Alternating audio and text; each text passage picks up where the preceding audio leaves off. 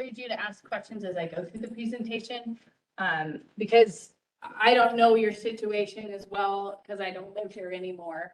And so hopefully, if I can't find the answer, or if I don't have the answer, I will get it and we'll distribute it somehow to you guys. So I really encourage you just to ask questions as we go. All right.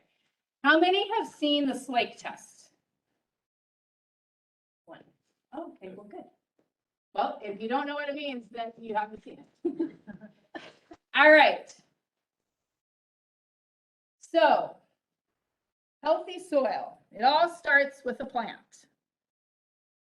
So, plants take carbon dioxide from the atmosphere and they convert it into a sugar.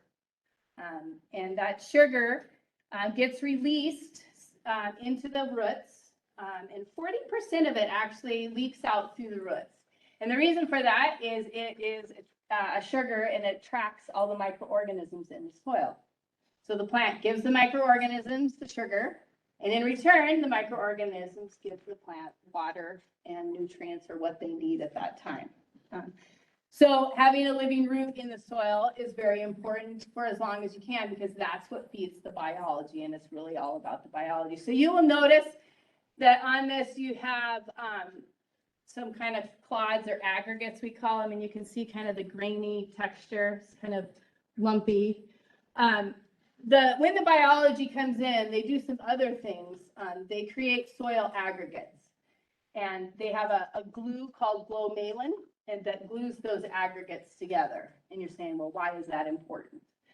Well, it's important because in between those aggregates are pore spaces. And so part of soil is the minerals, the organic matter, and water and air. And in between those pore spaces is where we store water, which is very important in a year like this year, right? That our soils actually are storing water in the pore spaces. So the more microorganisms you have, the more stable those aggregates are, and the more pore spaces you have to store the water and air. And as if we don't have a living plant, I live in wheat fallow country as far as the eye can see.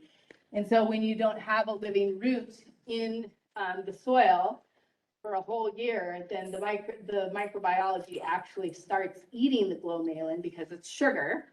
It's food, and then those aggregates disintegrate basically, and there's compaction, and then we have less aggregates, less pore spaces, and we can store less water. So it's really all about the biology. I'll talk a little bit about it. There's tons of different kinds of biology in the soil. We don't know a lot about it. We're learning more. The most common ones is bacteria, and in our soil, we have mainly bacteria because bacteria, cool season species, which you guys have in this area, are favored by bacteria. And they're smaller and they withstand a lot more disturbance than some of the others. There's fungi, which is mycorrhizae fungi, which is the most important one. It actually attaches itself to the root of the plant, and it has fingers that go all over in the soil. So a plant can't move to get food, and those mycorrhizae fungi are very important because they go deep in the soil and bring the moisture and nutrients back to the plant. They are very susceptible to disturbance, and so if there's disturbance, then it cuts that and it has to regrow. Protozoa are another very important one. They eat the bacteria, and because they don't need all of that, they spit out nitrogen in their poop, and that's plant available nitrogen for your plants. And so there's lots of things going on underneath the soil, but it really all starts soil health. If you think about soil health, it's just all about making a home for the biology that they can provide nutrients to the plants. So I have two soils here from Fort Benton. Can you see the difference? What do you see so far? Color, right? High organic matter, high carbon. You can see a lot of wormholes in it. In the shovel full, I have about 7 to 9 worms in this. Worms are a good indicator of soil health. And they're both in Fort Benton, and they would probably be a silty clay loam. We have heavier soils there. And this is in a field, and so it's going to act like tilled field. That's something that's tilled often, but it's actually never tilled. But it is sprayed every year because it's on the edge of his field and it's in between his tree rows.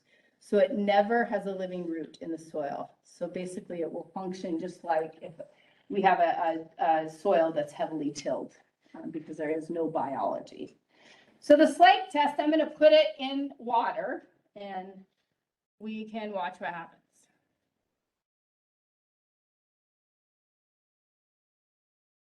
So you will see air bubbles in both of them. So what's happening is the water is rushing into the pore spaces because this still has some pore spaces. But because there's no biology basically in the soil, those aggregates aren't held together. And so when water rushes in, they fall apart.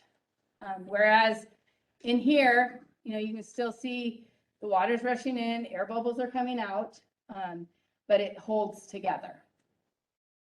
And so that is called slaking, hence the name for slake test. So this will continue to break down. And this one will probably sit, well, I've had it in my office and they just sit there like that until the water evaporates out. So this soil is continuous, it has continuously cropped. It has a lot of residue. It's no-till. And unfortunately, I have not tested organic matter in it, which I should, or the biology in that soil. So that's the slake test. So what happens in a situation where this is called the infiltration test. So basically same soils here. You can see the difference in color. And if you could look in here, you could see the difference in the structure, and I'll put it out here. This is real granular, therefore the aggregates are stable. This is super powdery. So when I put it in, you can see it's all hazy, so it just kind of breaks up. And so there are holes in the bottom of this, and I'm going to put what equates to 1 inch of water here, and we'll see which one infiltrates faster. And of course, the faster the better, because we want it to infiltrate and not sit on top. And so, you know, I'm not cheating. There are holes in each one. So we could take bets. So it'll just come through right here. Make sure.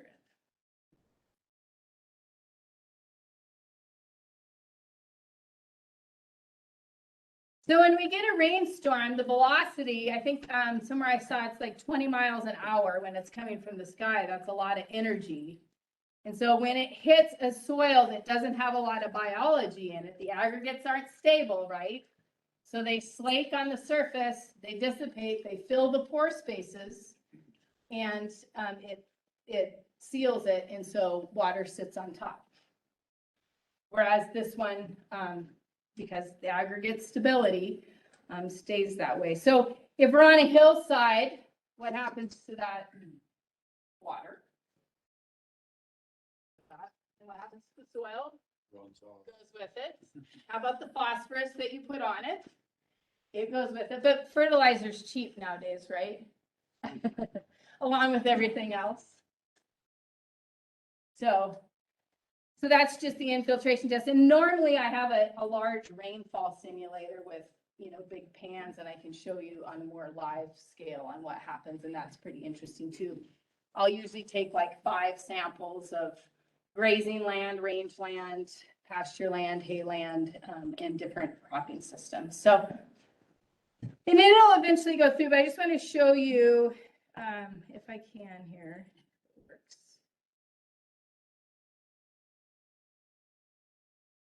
Hopefully they don't kick me out for making a mess here.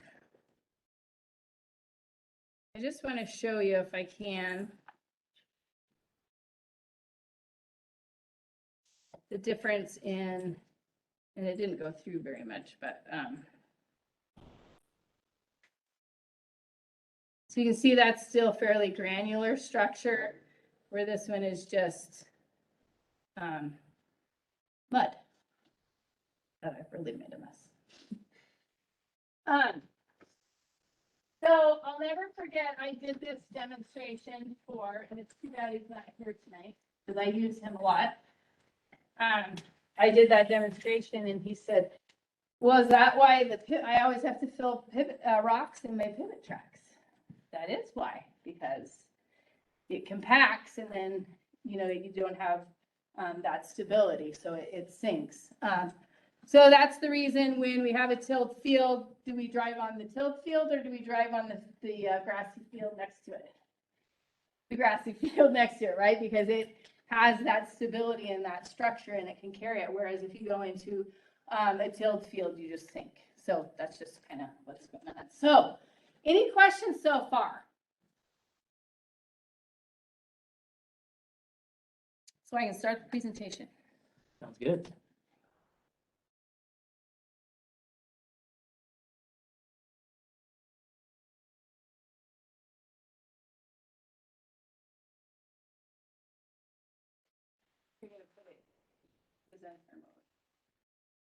That's the idea. It should. There we go. So I had my title as soil health is sexy, but my kids thought that was dumb. So they said, let's get dirty with soil health. So I'm not sure what's better. So go to the next slide. That's how we're going to do it, right? Okay. So I think this is pretty relevant today, right? But all I want to do is talk about soil health. And my family gets really tired of me talking about it. I'm pretty passionate about it. The agency has been very good to me and sent me to North and South Dakota, where I got to ride on combines with stripper headers and combine corn and sunflowers. And so I've got to meet a lot of farmers and see a lot of stuff. But what I wanted to make sure, you hear about soil health and it's cover crops. Well, cover crops is a tool, but soil health is universal. It's on rangeland. I mean, we can think about the principles on rangeland, pastureland, hayland, and cropland. And I think sometimes it turns people off, when you say soil health, it's like, oh, yeah, we've heard that, radishes and turnips, right? Well, it's not all that. And so I'm going to go through the principles of soil health and talk a little bit about each one of them and how it relates. But be thinking about it's not just about cropland. All the principles apply on every. Now, some of them, bare ground or a living root makes more sense because we have living roots on native range. So some of them, are going to make more sense than others on other ones. So go ahead and move. Marni, I think I can just hand this to you. Oh, and I think that's your clicker. See if I can screw it up. Yeah. If it goes haywire, I'm still here. Okay, perfect. So I saw this slide a couple weeks ago in Miles City, and it is a study from Canada, but I think it might be relevant. I don't have a pointer, right? So if you can see that this is your income right here. This is total ag income. Yours has kind of stayed steady and even got down some, but look at where the money is going. Is that relevant here, you think? I know in my country, big time. We have a lot of agribusiness. So if we can make our soils function better, have less inputs, then more of this can go in your pocket and less in agribusiness. And I'm not pounding on agribusiness. I think there's alternatives and solutions that we can look at so that you guys can stay here. And I know everybody's moving from all of the states, and your land prices are going up, but you're not getting anything back. And so it's about you guys staying on the land, and if there's opportunities that we can improve that. Oops, I already screwed it up. So we've talked a little bit about soil, healthy soil. We want it to function to grow a crop with the least inputs that we can.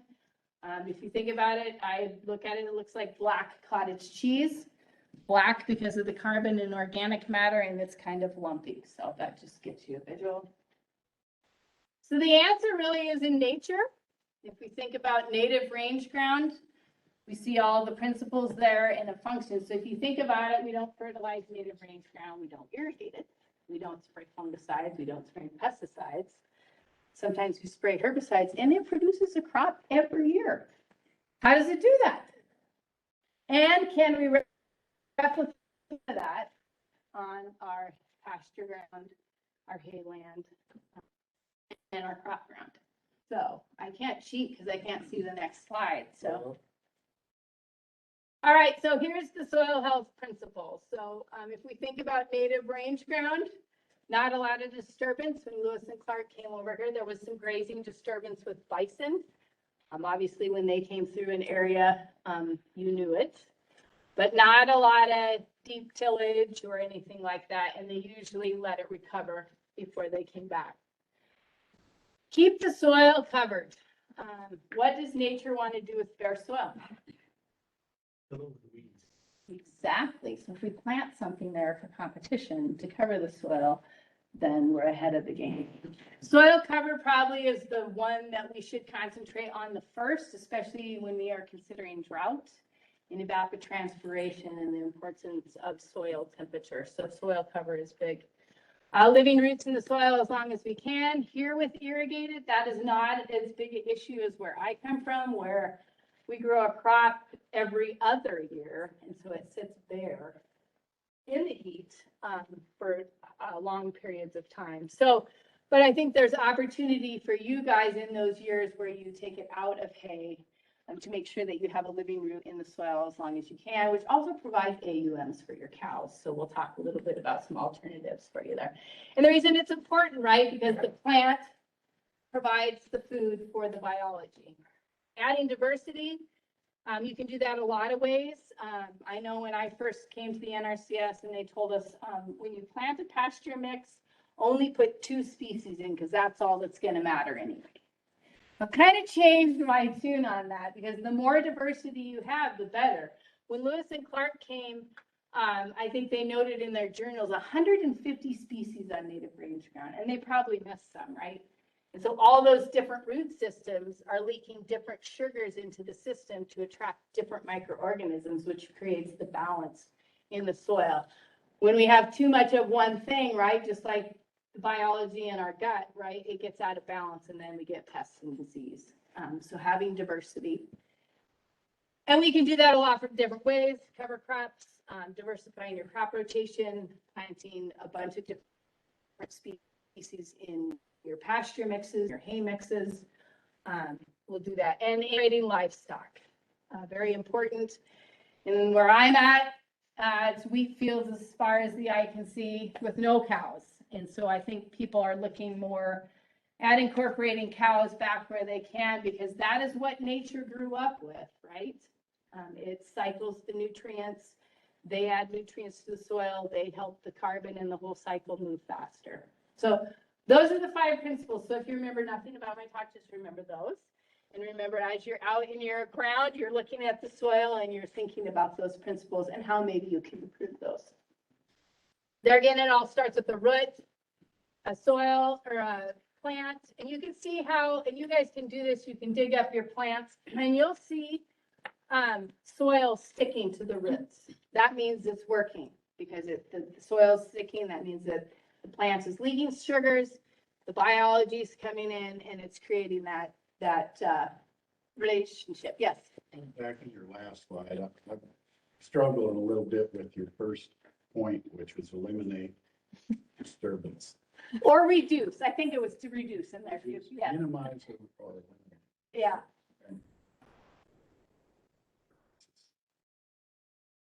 That's like saying that we're going to raise it, put an animal's feet on the ground. No, then that's not the disturbance I'm talking about. I'm talking more about tillage. Tillage, okay. Yeah. Okay. Yeah. No, we want livestock. That disturbance to me. No, and I totally agree, as long as there's enough recovery after we disturb it. Yes. Yep, very good. I'm glad you asked that question. So keep the soil covered. First principle I already talked about, it's less susceptible to erosion, less water evapotranspiration, which is a big deal this year. Soil temperature for the biology, and better water storage. So to go along with my theme, don't farm naked. This is a picture in Havre. not what we want to see. And it was on an organic farm, which does a lot of tillage. I'm not here to pound on organic, but I know there's some opportunities in organic. So not what we want to see. 1930 to 2021. Any guesses? Huh? No, 2021, this was last year in, between Great Falls and Fort Benton, where I live. The last 2 years, the highway has been shut down 4 or 5 times with multiple accidents. I got caught in it, for 2 hours one time. And my husband had to listen to me rail on soil health for 2 hours. I felt like, I mean, I really, it was alarming to me. I felt bad for the people in the 1930s because you literally could not see 20 feet in front of you. I mean, it just, so we were on the side of the road, you know, people had, accidents, ran into each other, and you couldn't get out of your car, but the soil was coming into the car, you know, through, you know, the radiator and stuff like that. And so I can just imagine it would just been totally debilitating. You couldn't turn around because you couldn't see. You didn't want to because you didn't know it was coming. And that's no-till up there. Now, no-till with a wheat fallow rotation, so there's not a lot of cover. So needless to say, I have a lot of job security. So how does that equate? And this picture is in Billings. I think the interstate there even has had some accidents. And I do remember a time when I was here in Sheridan that there was an accident from the East Bunch. So I'm not counting on the East Bunch guys here, but I know, you know, their soil moves. But what does that mean to your pocketbook? And this was a study in Minnesota that they tested the soil that was in the ditch and the nitrogen and phosphorus and the potassium that was in the ditch. So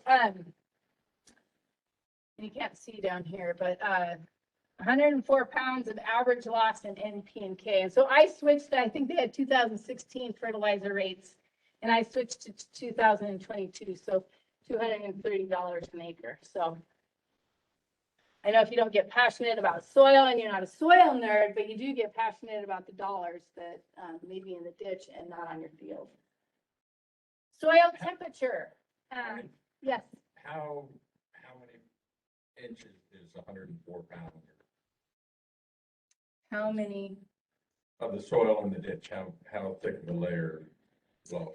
That I don't know, but I can tell you, just in our area, I go past a field that's still tilled. It's the whole ditch. So, I mean, I think there by Fort Benton and Great Falls, we measured it, and it's about this. So, a 1 ton to the acre is a thickness of a dime. So that's a lot of dimes, a lot of soil. That doesn't, you know, regenerate that fast. So, good question. Soil temperature, you can think about this on your native range ground, your hay ground, and your pasture. Soil temperature affects the biology. So, and you can't see this, but this was in Baker, Montana. The outside temperature was 85 degrees. Underneath residue cover was 88. Underneath a sunflower canopy, it was 78. And then on bare soil, it was 98. So, and typically I do a lot of that measuring the soil temperature, and it's typically 30 degrees difference between under cover and shade where there's vegetation compared to bare soil. And you can look at it like even with in-row, you know, there's a lot of variation with that. On fallow, I measured 140 degrees. I don't know about you, but I like hot. 140 degrees is pretty dang hot. So you can imagine what the biology does. I mean, it dies. And none of the water that you think you're saving because it's evaporating.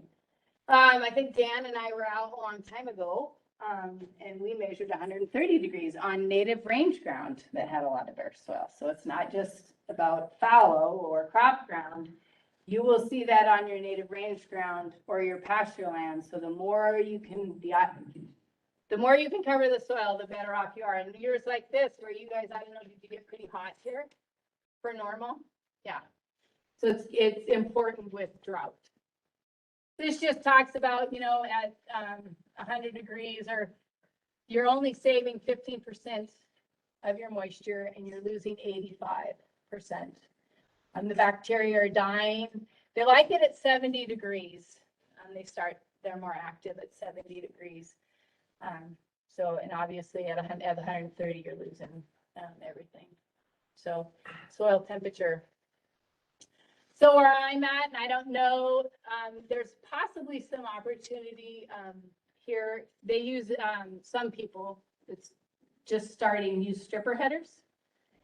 So the stripper header cuts, it just strips the grain off the top and leaves all of the stubble there. And so if you go by Wheat, Montana, they have a stripper header. It's just a header that goes on the combine. And so you can see there's not a lot of bare soil. They've been doing this for a long time. They continue this crop. I mean, it's covered. And the stubble is 18 to 24 inches tall compared to 5. You can imagine when the wind blows, it doesn't blow there, of course, in Havre, right? Yeah. They can store moisture instead of blowing on the county road where the county has to plow it. So that's one thing that we're really starting to work on. So just a way to add cover.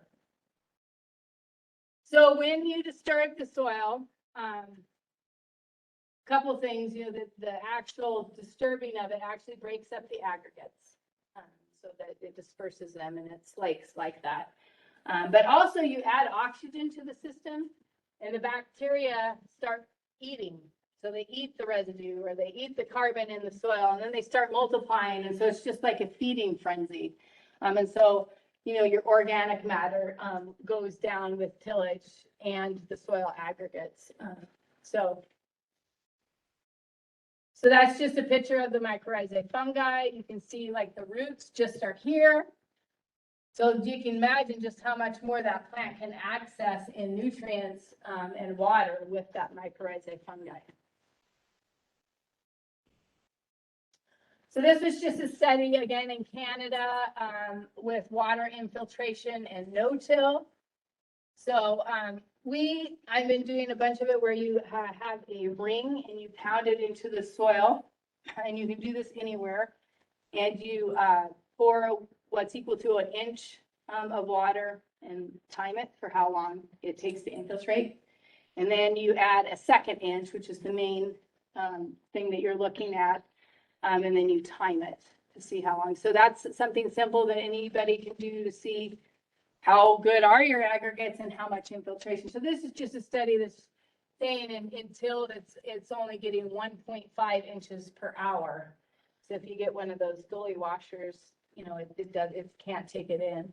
I mean, you can see over time, the infiltration rates decrease. So like where I'm at, we can sit for 30 minutes and the second inch doesn't go in. Can I Yes. grab that mouse, Marnie? I think we gotta make sure that it doesn't cut us off. Are you taking? I know, I'm gonna get back to you, I promise. So it takes over 30 minutes, and finally I can't stand there any longer, and so we move on. Producer in, and so typically like 5 minutes on native range grounds, 2 to 4 on good native range grounds. That gives you, or 30 minutes. So you can imagine in drought years where we're not getting very much rain, if we can store it and it actually infiltrates or it's washing off, how important that is. So there is a producer in, and maybe some of you have heard him, Dave Brown, who's been doing this for a long time. His second inch goes in 19 seconds. So it's just, he's been doing it for a long time and he's pretty intensive about it, but just that shows you what you can do to your soil. This is just how much carbon is lost because of the biology eating it. And evapotranspiration with different types of drills. So this is what happens when there's no disturbance. Low disturbance would be a disc drill, single disc, or probably a double disc drill. What type of drills do you guys have here? air drill with a hoe opener? You have a double disc? Okay. Do you guys have hoe drills here? You people have them, I don't know. Not too much? Okay. So then the high disturbance would be a hoe drill and, with a air drill with a hoe opener. And so with those, you can have as wide a points as 3 inches to the stealth ones, which are like 1 inch, so. That's a disc drill. Or, Marnie, I've got, this is, it's probably what you're getting to, but to me, it's a real paradigm shift in perception of plant material. What you're saying is that it won't benefit if it stays on the surface than if it's incorporated into the soil. Yeah. That's a paradigm shift. Yes, I know it is. Yeah, I grew up, my dad, we did the moldboard plow a lot. Yeah, and it is. Because what my dad would tell me is, well, we got to mix it up to increase infiltration. And that's, yeah, exactly. But that isn't actually what happens. So yes, thank you for bringing that up. So diversity in living roots, this is what it would look like in native range ground. So you can see, I mean, those roots, I think they've made, I don't even know, 4 feet, 8 feet, maybe some with native range ground. Yeah, basically it's like 6 feet plus. Yeah, so imagine the nutrients that that's accessing deep in, and it's bringing it back up to the surface to circulate. The biology that lives in those root systems that makes the aggregates that help infiltration. And so, and all those root systems do different things. They all track different microorganisms. Some fix nitrogen, some don't. So the power of diversity. And it's just like us, right? If we ate broccoli for the rest of our lives, would we be healthy? Be dead. Exactly. Or if we ate donuts every day. So adding diversity into your diet feeds biology in your gut too. So especially in my country, this is what we did, right? We took a system that's diverse and we plant one crop in there and it all has the same root systems and they all access the same thing. And we only plant it every other year. So, what happens is, the roots all occupy the same depth, nutrients leach, past that root zone and they're lost. And so it just, creates out of balance. That's where you get pests and disease.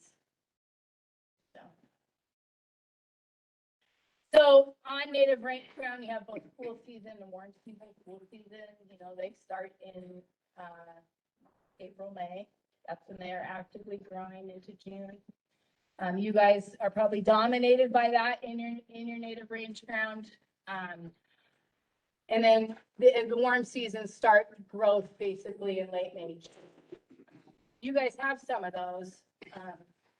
But those are the classifications of some of the crop types, but like blue grama, winter fat, dotted gay feather, all those are native plants that you guys have here that are warm season. Cool season, some of the common cool seasons, and like blue bunch wheatgrass, the state grass is a cool season, needle and thread, sandberg, all those are cool season. So they grow early and shut down. So the creator kind of knew about that, and it all works because if you think about wildlife, right, they have a constant plane of nutrition in native range ground because it grew early.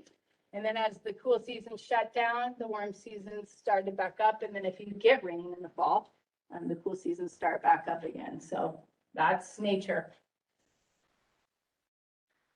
So I just want to show the biology. There's a test that you can do it's a big fancy word, and I can phospholipid something, PLFA. And so basically what it is it's a test that you can do. You can send it off to a lab and it tells you how much biology is in the soil. And they will characterize some of that in bacteria and mycorrhizae, fungi, and protozoa. And then they just characterize the rest of biology as a group because they don't know how much, they can't classify them.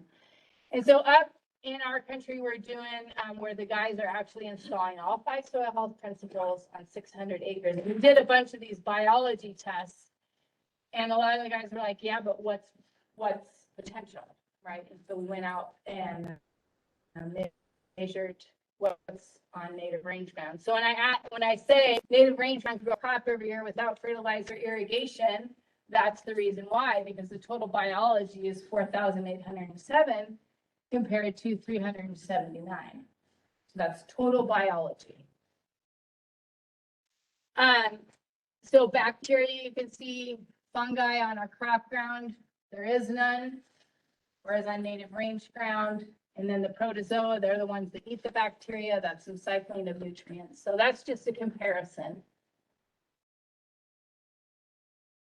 Aggregate stability, and I think that test, it's come down quite a bit. I think it might be around $100, but that's something like to show, you know, where you're at now, if you're gonna make some changes for baseline. Aggregate stability costs about $30, and it's just testing, you know, how stable your aggregates are. And so on our cropland, we're 13% up there compared to 72.6. So are we storing the water that falls from the sky? Probably not. This is a Haney test. It's done by Rick Haney out of Texas. I think it was started probably 11 or 10 years ago. And a lot of farmers are using that to help them with their fertilizer recommendations. And the benefit to it, so this respiration here, that's all biology respires. So it is just saying that, you know, there's more biology in rain than crop. But you have to be careful because bacteria, you can have a lot of microorganisms in the soil, but it just be bacteria because bacteria respire at a higher rate than the fungi. That's why it's important to know how much of each type you have, like on the sample before, is not just to know this. Organic nitrogen is nitrogen that's held by the biology. It doesn't leach, and it is not shown on your standard soil tests. On your standard soil tests, you are shown inorganic nitrogen, which is plant available. So this is held in the soil, and the microorganisms convert that to inorganic or plant available nitrogen. So what this test is showing you is you can probably reduce your nitrogen fertilizer because you have some fertilizer held in the biology. And there are some farmers that are taking that maybe on a strip and reducing their fertilizer and are, you know, it's saying what the test is saying. There's no difference in yield. A lot with phosphorus, because if you listen to some soil scientists, they will tell you that phosphorus is in the soil. You just need the microbiology to make it plant available. So she would say you shouldn't be fertilizing with phosphorus. You have enough in the soil already. You just need the biology to convert it. And there is a guy that in Baker who's tested that on his, I think it was barley. And for the first 2 weeks, it was, you could notice the difference. But later on in the season, you couldn't tell. So of course, just like a plant has to have those relationships with microorganisms, if you feed it nitrogen fertilizer, it doesn't form those associations. And then later when the nitrogen leaches through the soil and the plant's going, oh crap, I need nitrogen, then it's got to hurry up and go form those associations with the biology. But by then it's too late and it affects stress on the plant. So the phosphorus could be a big savings. Carbon is just the food for the biology. So the more carbon, the more food for the biology. And so that producer Gabe Brown that I talked about, his organic carbon is 750. I think that's pounds per acre, and his organic nitrogen is 69.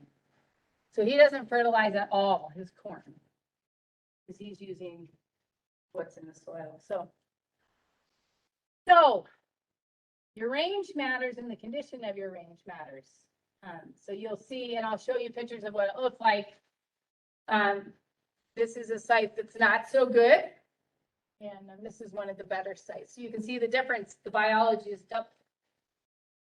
The bacteria, different fungi, and there's no protozoa to one. So I show you site 4, blue grama, club moss. You guys don't have club moss there, right? Needle thread. Probably about all. It's a piece of state land that they basically annihilated every year because they can. So our soil health principles, a lot of bare soil, not a lot of diversity. Living root, I mean, you have all cool seasons there because there's no diversity there. There's no cycling of nutrients. There's no deep rooted. And so there again, the biology matters on our range sites. And then that's what site 3. None of the sites were fabulous. So when you see, you know, the 4,000 nanograms per gram of biology, native range ground could be even better than that because this isn't great native range ground either. So I'm not saying that that's potential. Potential could be even higher than that. So once again, soil health principles: eliminate or minimize disturbance when you can.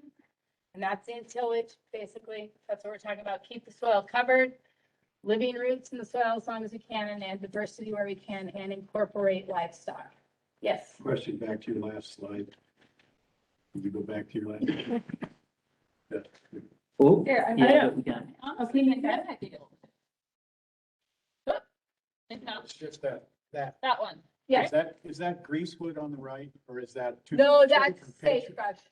Okay, Yeah. it's two different pictures. Yes, it's two different pictures, yes. I was thinking it was greasewood Yeah, in one picture. No. I was gonna ask you about the basic acidic soils. with greasewood Yeah, like with greasewood where it grows in more alkaline soils. soils. How does that affect those measurable things that you were doing as far as biology at this time? That is a good question. Like if the soil is more acidic, does that affect the biology? And I'm sure it does. I just don't know per se, but I do know like on, can you go back to the presentation? Oh, you need that. Sorry. Like in soils in Fort Benton on the cropland, they are finding that they are turning acidic. That is affecting biology. And the reason for that is too high rates of nitrogen and hydrous ammonia, and not cycling nutrients, you know, back to the surface, or calcium carbonate. Our soils in Montana should never turn acidic because they are always high. I mean, we're more on the other side, the 9s. And the guys up there weren't looking at their soil samples because who looks at pH when you're in Montana, right? And then pretty soon they started seeing their crops not doing very well, and nobody's looking at pH. We're thinking disease. One guy is saying, well, I need to put more nitrogen on, and so we put more nitrogen on. So we're seeing pHs of 4. Oh, blueberries, I guess. So then they're looking at liming soils, and we don't have lime in Montana, and they have to use, you know, beet pulp lime in billings that they put in the truck, and they get it for free, but it takes a lot to spread it on the field, and then they have to till it in, and they can know you, and then you're just compounding it. So I don't know. I guess I've never heard of greasewood making the soil acidic. Well, no, actually what I was getting at was the greasewood grows in certain types of soils Yes. that are more alkaline. Mhm. And assuming that the biology in those soils is quite different. It probably is, yeah. Yep. So I'm just going to talk about tools that I've seen around the state that people are doing. Please ask questions so that I can make it more relative to where you guys are here. So we'll talk about cover crops. I will talk about species. I will talk about opportunities for you guys, when to graze them, when to not graze them. Intercropping, that probably is not super relative here, but they're doing a lot with planting like flax and chickpeas, or mustard and canola, or mustard, canola, and peas together. And then you harvest them at the same time, and then you do have to separate the seeds, but you usually pick a small seed and the large seed. And that's doing a lot for keeping residue.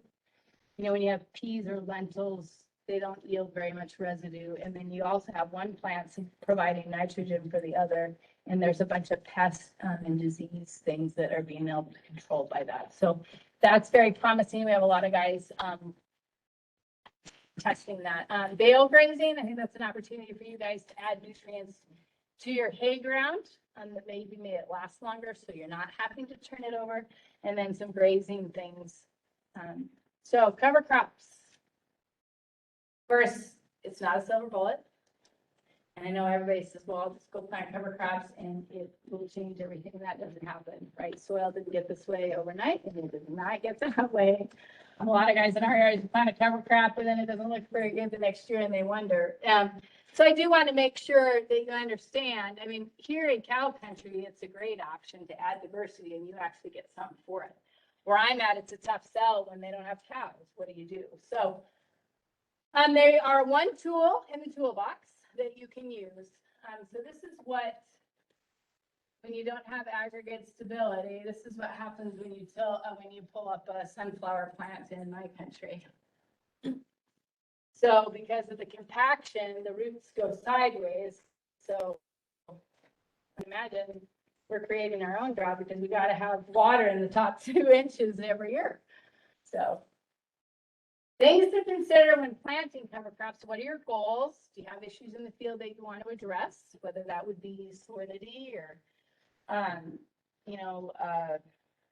nitrogen that's in the soil that you want to use.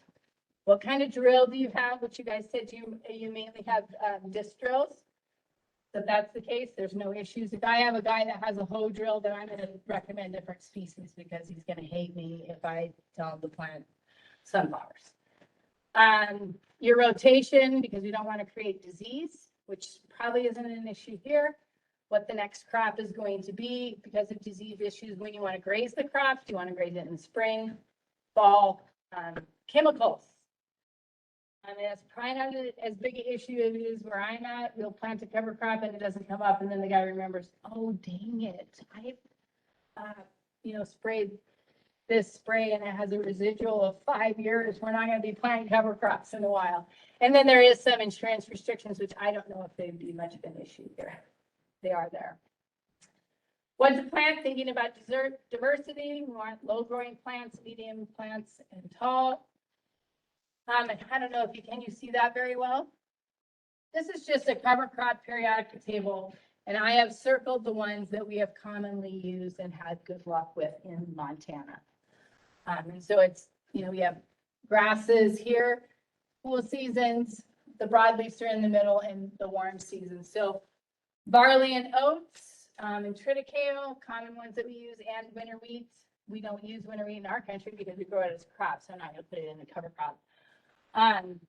Oats, there are some plants that are mycorrhizae fungi friendly, meaning that they form associations with mycorrhizae fungi. So that's something you really want in your soil. Oats does a very, very good job. So a good reason to plant that. Some of the browns, canola, mustard, radish, and turnips. Mustard is alleliopathic, so if there's weed issues, it just suppresses weeds. And so that's one we'll put in if your goal is weeds. Radishes, a lot of guys have seen the pictures of the big purple top radish.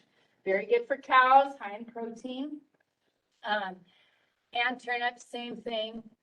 The benefit to those is they're deep rooted. If you have compaction issues, they can break through those compaction layers with time. But they also, if you have a bunch of nitrogen in the soil, they will accumulate that and store it in the tuber to be released later on in the season. So they're a nitrogen scavenger. Peas and lentils, fixed nitrogen. Phacelia is a good pollinator. You don't want to put very much because it can be very expensive. But, there's a lot of things with insects and pollinators. And in our country, we have a lot of pests and disease. And bringing in the pollinators that attract the predator to the pest is big. And so that's an option. And they're pretty, they're purple. Vetches, nitrogen fixing. The three most common ones are chickling vetch, it would grow fine here, common vetch, and hairy vetch. And I'll talk about hairy vetch later on. Fava bean, it is a lima bean.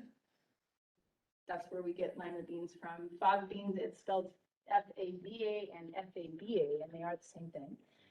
They have large seeded fava beans and small seeded fava beans. You want to get the small seeded, even though they are fairly large, but they're a really good nitrogen fixer. Cool season, they get fairly tall and irrigated, they get pretty tall. But they form nodules right away and they have a really nice, good taproot. So I really like that one. Buckwheat. And in my country, everybody says, what in the world do we plant buckwheat for? Oh, I mean, it's a weed there. That's not the same buckwheat. Buckwheat makes phosphorus more available to the plant. In our country, they don't like it with wheat because something with Japan and they have a reaction to buckwheat in the flour and it got mixed in. So in winter wheat country, we can't plant it. When you have to wait 2 years before you can plant winter wheat. And here would not be an issue. Buckwheat is one that I would recommend for you guys. It is a really good pollinator, but the phosphorus and it jumps right out of the ground. Safflower and sunflower, both options. I always recommend sunflower. Cows love them. It's very good for cows, the oils. If they haven't seen them though, they will wander around in the pasture and say, what have you put me into, until they eat them, and then they just go pick the heads off of them. So if a guy has a hoe drill, I typically won't do sunflowers. I would do safflower. There is a spineless safflower called Baldy, but it's not always spineless. Cows will eat it more readily. Yes. So like, I had a question for you in vetches. Yes. Do the domestic vetches have a high level of selenium? Like in native plants, 2-group vetch is like toxic level of selenium. I haven't had an experience with the domestic vetches. They do not. There is some research that I think somebody suggested to not give it to cows, but I think it might go back to the native because we have never had an issue with it. We put it in a lot of mixes. Now, if anything, if that's all they have to eat, then there maybe could be issues, and that's why having a diversity of plants in a mix is very important. It's the same thing with native range, right? Yeah. If all you have out there is larkspur, well, what are they going to eat? So with some of these cover crops that we talked about, especially the grains, what about the risk of nitrate poisoning? That's always a risk, especially in drought. And this year we had a little bit, and I'm sure you guys did too. There again, diversity is important. If cows have diversity, they will medicate themselves, putting a bale in with them if you're worried about it. And also if you have incidental rangeland or pasture in with the cover crop, that's also a very good idea. Yeah. I'd always recommend getting it tested. Yeah, I'll thanks. offer a suggestion. Yes, This is off the wall.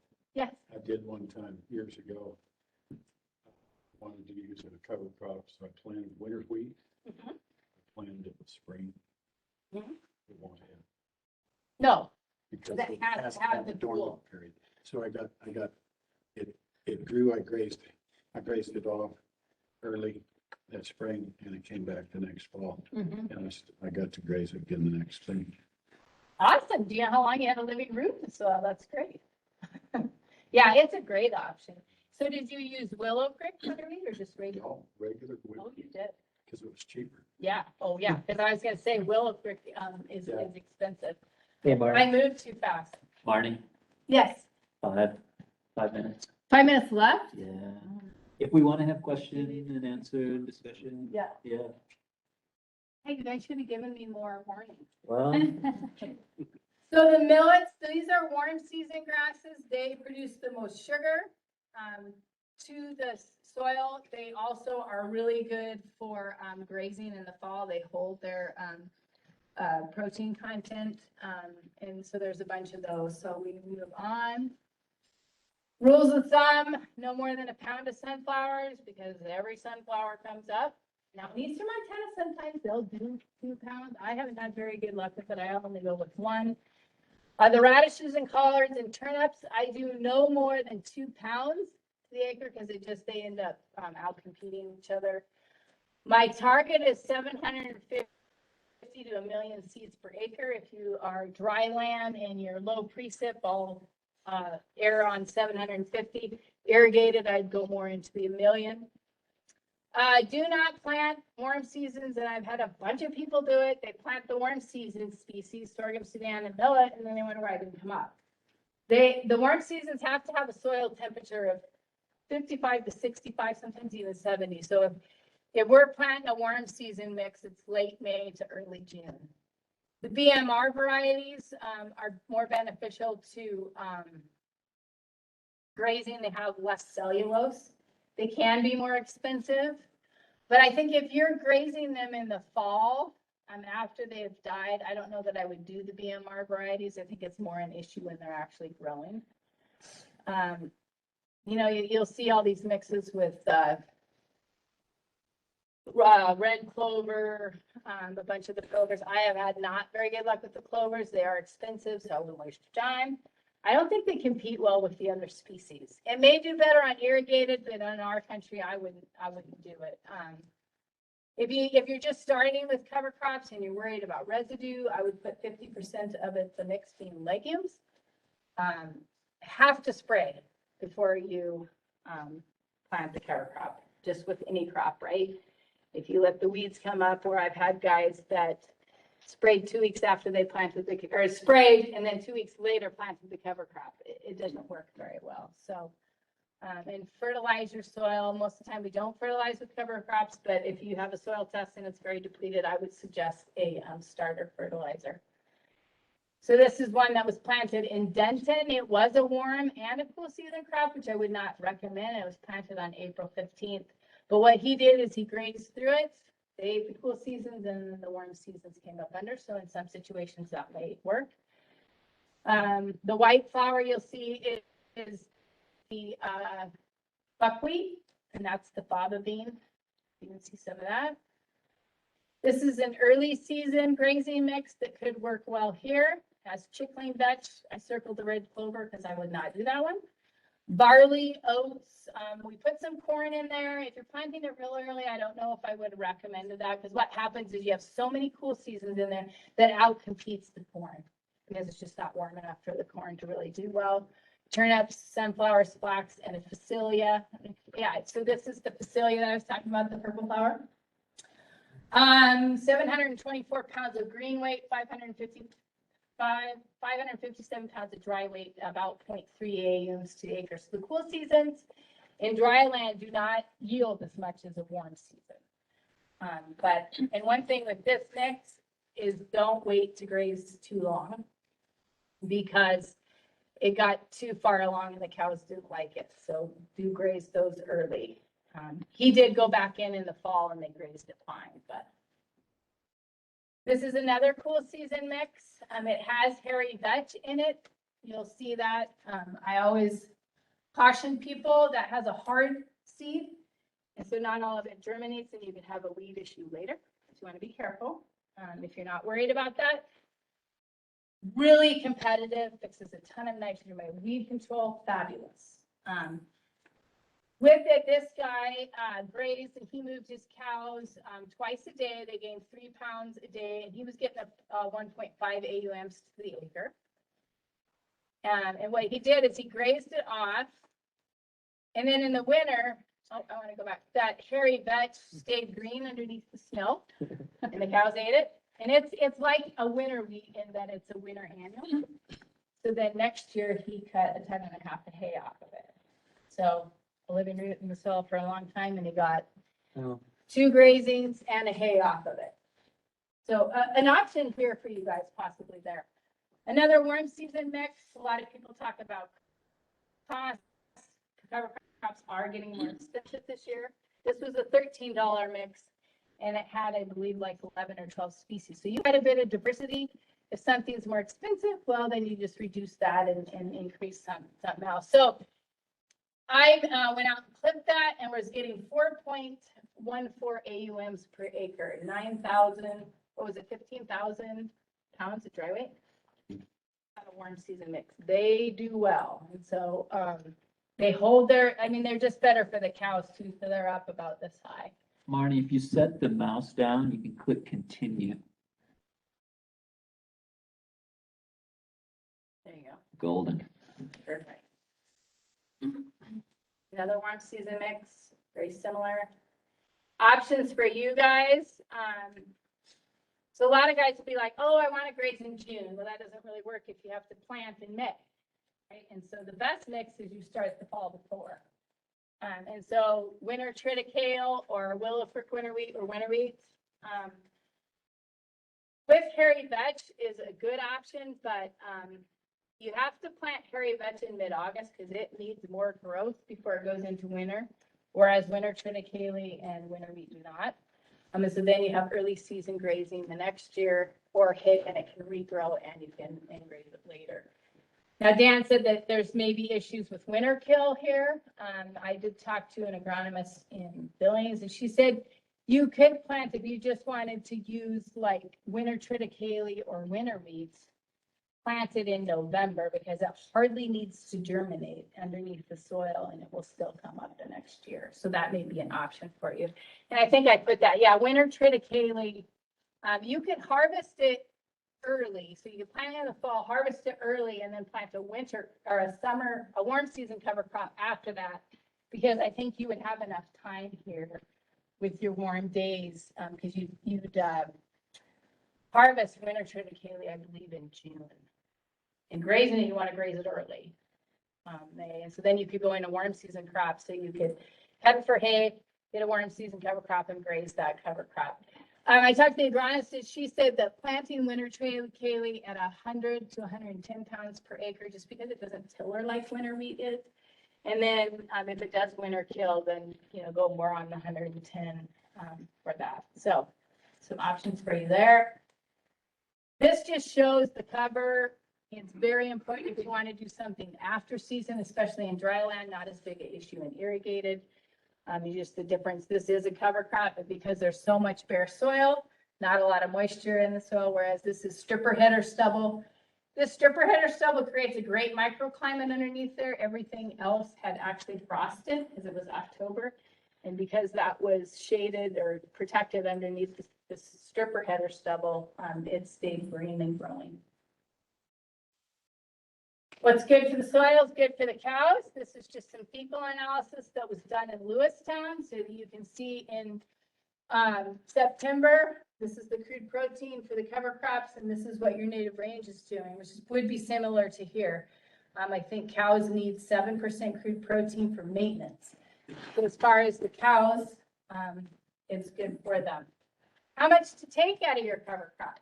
This just shows the crude protein in the top half of the plant compared to the bottom half. So it's better for your cows to just take half of it. The benefit for the soil is leaving cover and leaving food for the biology. So we don't want to take it down to the bare soil and graze every last bit of it.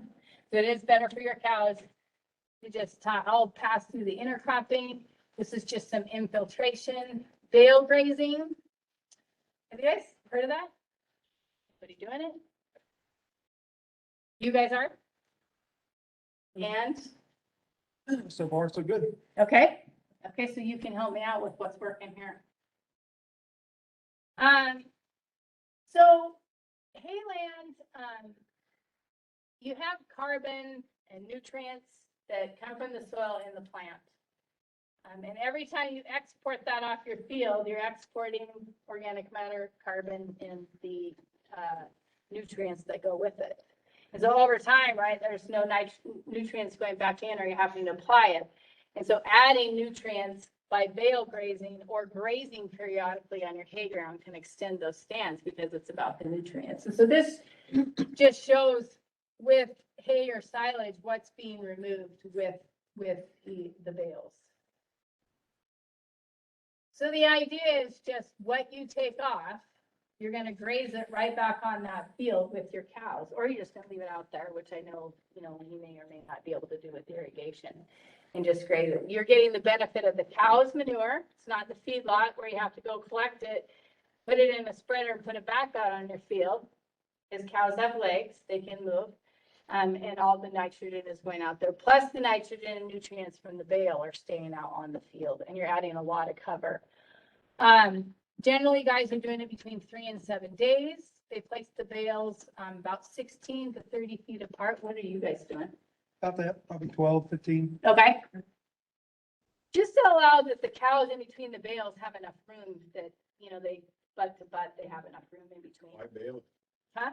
Well, there's a good question too. We started windrow grazing in 91. Yep. And 2 windrows together. Did the exact same thing and left out the Well, the money you're saving in the operation.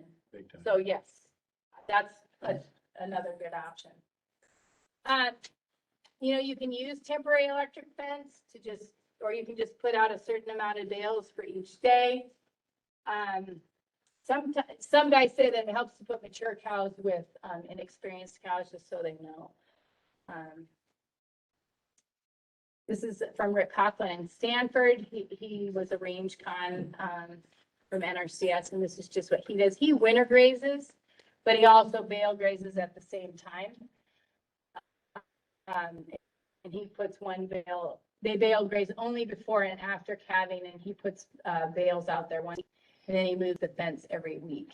The real benefit that a lot of guys say is just reduce labor and fill costs, and I'll show you that. It puts nutrients into the soil, and I will show you pictures of that. Frees up your time. What's your time worth? A lot of guys will be like, well, I want to go watch my kid's basketball game or, you know, my wrestling meet, and I got to leave for 3 days. Well, put 3 days of feed out there. And that's a big benefit to a lot of people. A lot of people that try it, they keep doing it. The cows will change their behavior because they like it when you're coming out there every day. And so the guy, when he put it out there, and then he comes out there and he's not giving them bales, but they're like, well, where's the hay? Even though they had plenty of it, right? When they got used to the bale grazing, they weren't looking for hay every day. They were actually more content. So this is just a case study in Charlotte, just when they figured the savings in the fuel and the time, it was $474 savings per week, 18 per month, and $5,680 for 3 months. Of course, that depends on fuel costs, and then that's not taking into consideration the maintenance of your tractor because you're using it less. And then a case study in Baker, and I actually have, I forgot about that, pamphlets that have all the stuff in it, if you guys want that. So make sure I remember to hand that out. Increases of 30 to 48% production that they've measured. So this is what it looks like. That's in Ronan. Irrigated, it breaks down much faster than dry land. So just keep that in mind, that you're not going to see the benefits as quickly on dry land as you are with irrigated. So this is in Ronan. This is what some spots look like that maybe had too much cover, but they'll break down the next year. I don't know if you can see that, but it is super green where he did bale graze compared to where he didn't. And then the stalks were, I actually was on the field. This is a picture I took, so that's what it looked like. A lot of plants. And then here, it was just a huge difference. I mean, the pictures don't even really do it justice. It was crazy. And so you can see these green patches out in the field all over. So you can see this is the leaf where it's bale grazed. This is where it's not, about twice. And then you can't really see it in this picture, but darker colored soil as compared to where it was not bale grazed. So a good way to add organic matter cover to your soil. That's in Stanford. So there again, it's not going to go as fast. High stock density grazing. I love this picture because this is a rancher in Baker that's making these, and you can put them on the back of your truck with your bale loader, and he transports them all over his field. I think this is a 3,000 gallon storage tank. He hooks it up to a pipe on above the ground and moves it around with high stock density grazing. They're using about, they're doing a study there with some producers, about 1 million pounds of beef per acre. So they're moving several times a day. So they're only doing it like on a few acres to try it out and just to see what impact. So there you talk about grazing disturbance. They're doing a lot of disturbance, but they're also not coming back to it for a long time. So this producer has a lot of cows. I went to his place, several years ago. Pretty cool. He places like 3 tanks where he can access 3 different pastures, does a bunch of temporary electric fence and moves those around.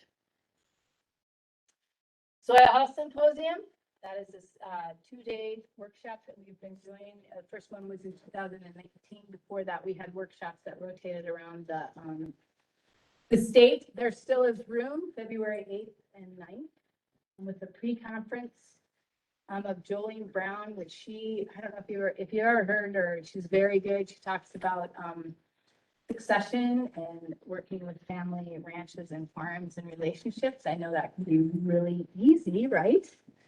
She's a very good speaker. She has a lot of good practical information and handouts that she gives. That starts on the 8th at noon. You can look at that at montanasoilhealth.org and register. Dr. Alan Williams will be the grazing speaker, and he does a lot with high stock density grazing and grass-fed beef. And then Dan Kittredge is a farmer, so we try to do grazing and farming. We have several Montana producers, including the Mannix brothers, which you guys will have next time, that we'll talk about some of their grass-fed beef, some of their enterprises on their ranches, and some farmers. So a really good opportunity if you guys want to register. And I can't remember off the top of my head what it costs, but there's still room if you guys are interested. That is it. I always say the answer is soil health, which might be. And that was my contact information.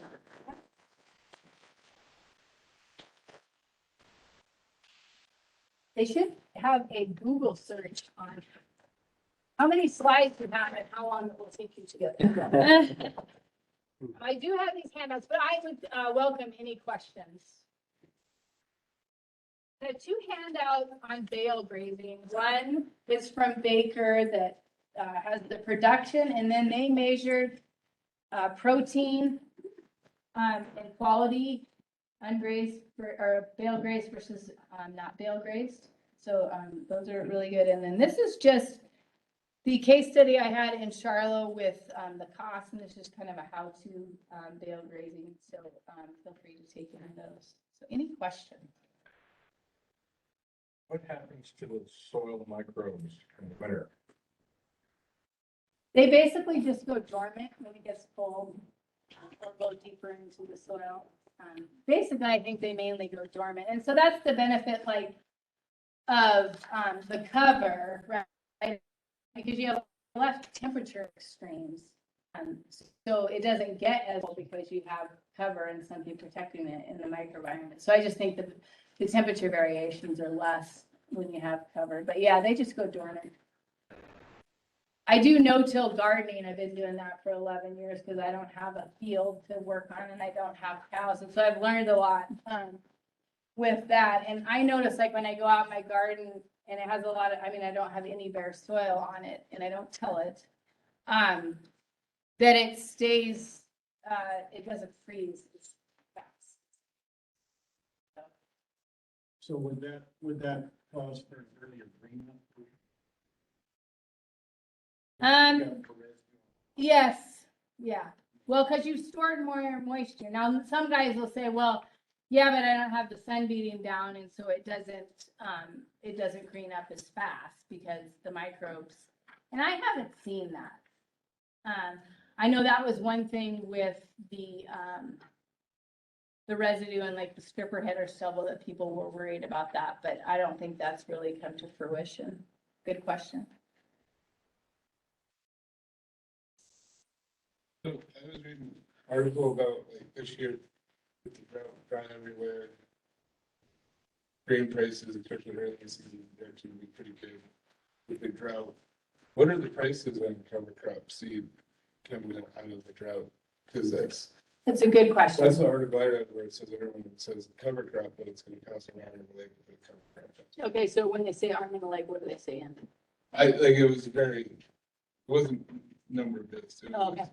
Okay. Like their expenses are not as cheap as people are gonna think. Yep. And they are going up in price. I just talked to the agronomist that there's a lot of cover crop seed in Billings, and they've already increased it a couple of times. They've done their price sheets, and then they get a call. So I showed that one mix. That was a really good mix. That was probably 4 years ago, and it was $13. That's pretty easy to recoup in. When I first moved to Fort Benton and cover crops wasn't really used very widely, we were getting into $40 an acre. The last few years, I would say $16 to $24 an acre was pretty common, and easy to do.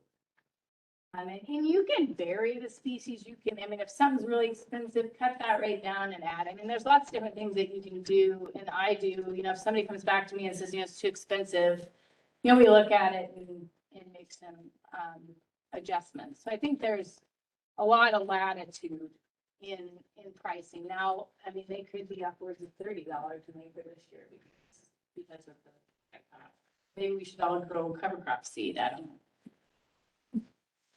Another headache that you guys need, right? And the other question you're talking about, like, water, as I say, getting more water in the soil and things like that. I was curious how that worked with, especially up in your area, in the Conrad area, and north from there, saline seepage.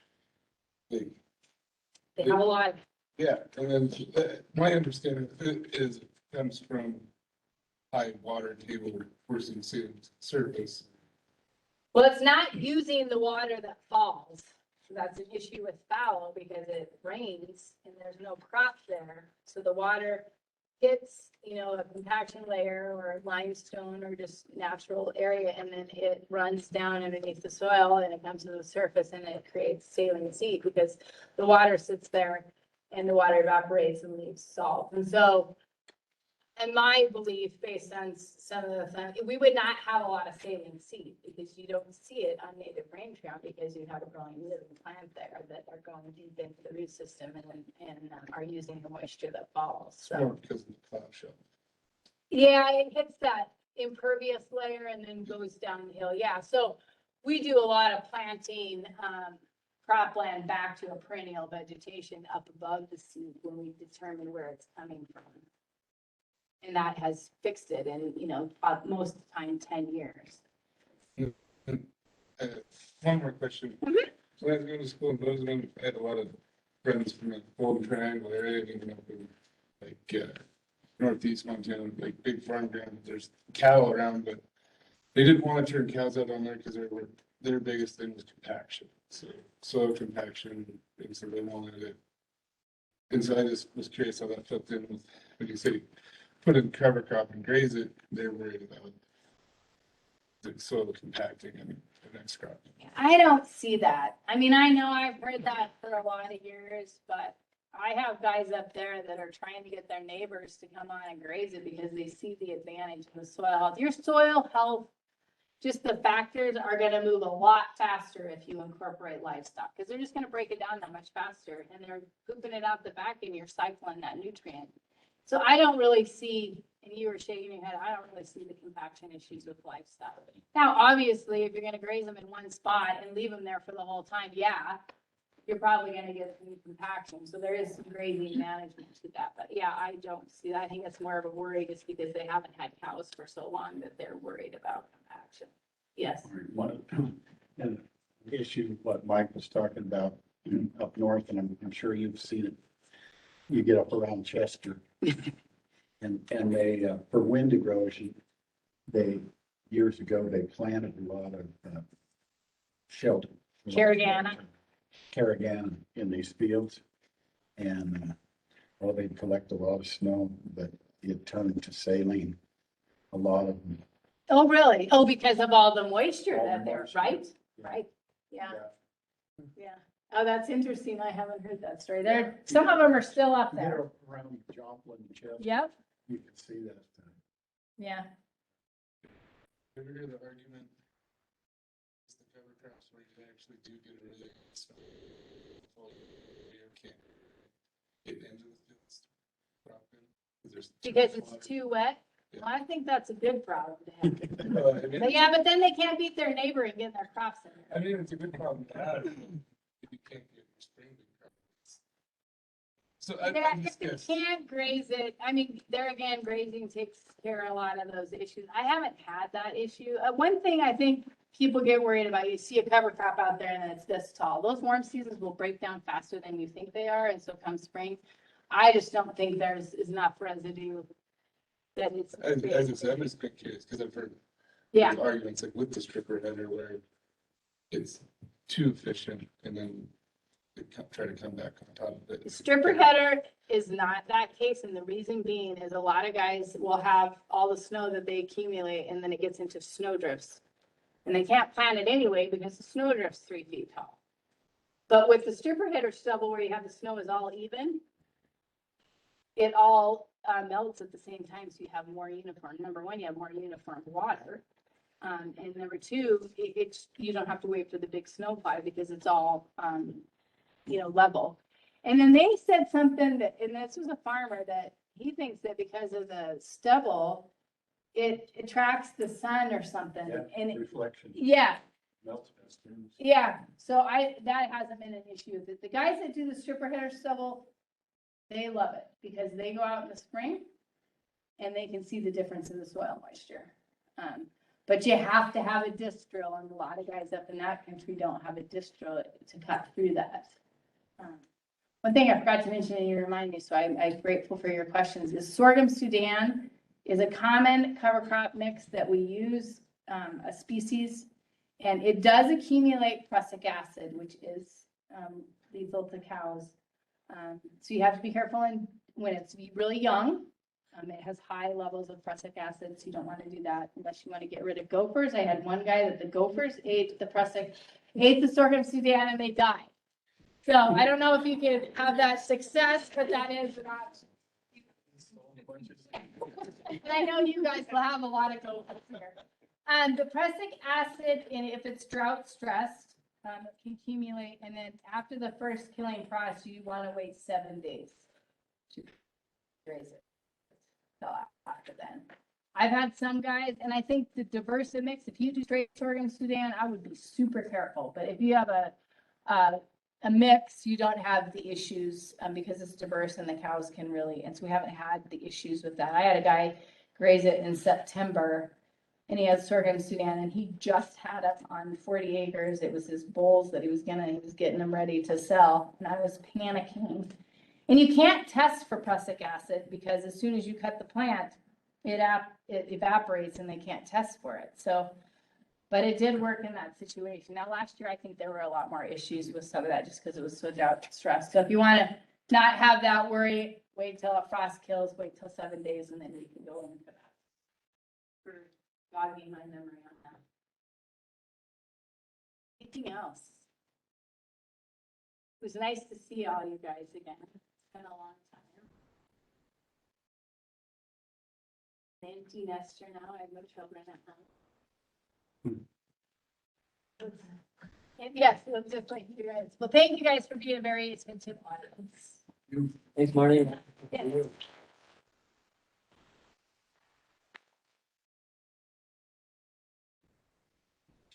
Good stuff, Marty. Oh, yeah. Sorry, I'm not over. Oh, That's all right. Better that than the other. I.